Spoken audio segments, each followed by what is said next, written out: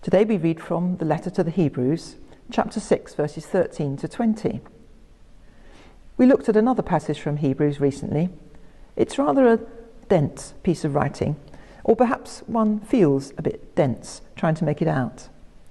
But here we have a wonderful promise expressed so vividly that we can surely grasp it. We have this hope, a sure and steadfast anchor of the soul.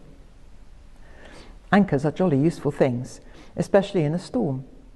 Descending through the water to the seabed and deeply embedded there, an anchor will hold a yacht safe and still. One each end of the boat makes it even more secure. Hope, though, can sound a bit less firm and reliable. It can sound a bit tentative. Well, I hope it's going to stay dry today. Pretty vain hope here in Wales most days. But the writer of the letter to the Hebrews is not describing something like wishful thinking. Instead, it is sure and steadfast, like that anchor. And it enters the inner shrine behind the curtain. What's that all about?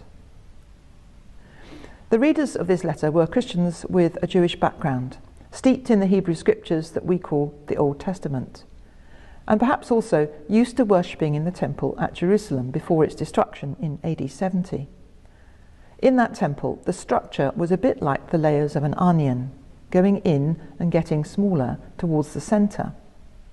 And the innermost part, the Holy of Holies, was behind a curtain, where few were ever permitted to enter, only the high priest, once a year. This was the holiest place on earth, the closest to God that one could be. This is where Jesus has gone, the writer says. He has entered that holiest place as a forerunner for us. The implication is that we can follow him into that close intimacy with the Holy God. That's the hope and the promise of the Christian faith in Jesus.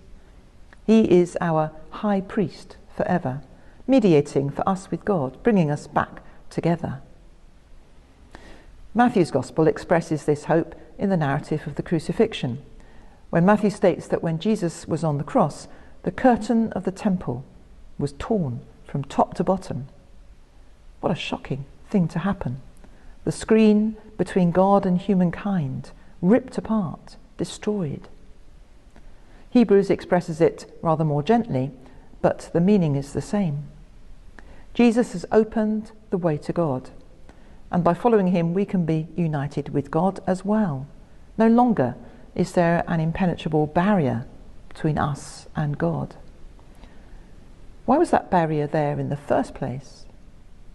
To answer that, we need to go back to the primeval story recorded in Genesis chapter 3, written and told over many generations to answer this very question.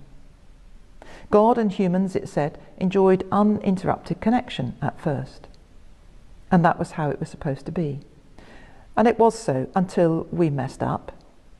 As a result, we were excluded from the presence of God, aka we were turned out of the garden, and an angel with a flaming sword guarded the way to the tree of life.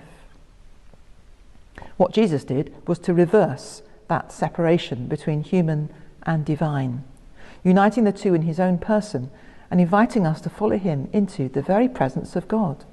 He is that presence, that life. And those who love him will one day see God face to face. This is a bold hope. But remember that sure and steadfast anchor. The writer says, it is impossible that God would prove false. So we who have taken refuge are strongly encouraged to seize the hope set before us.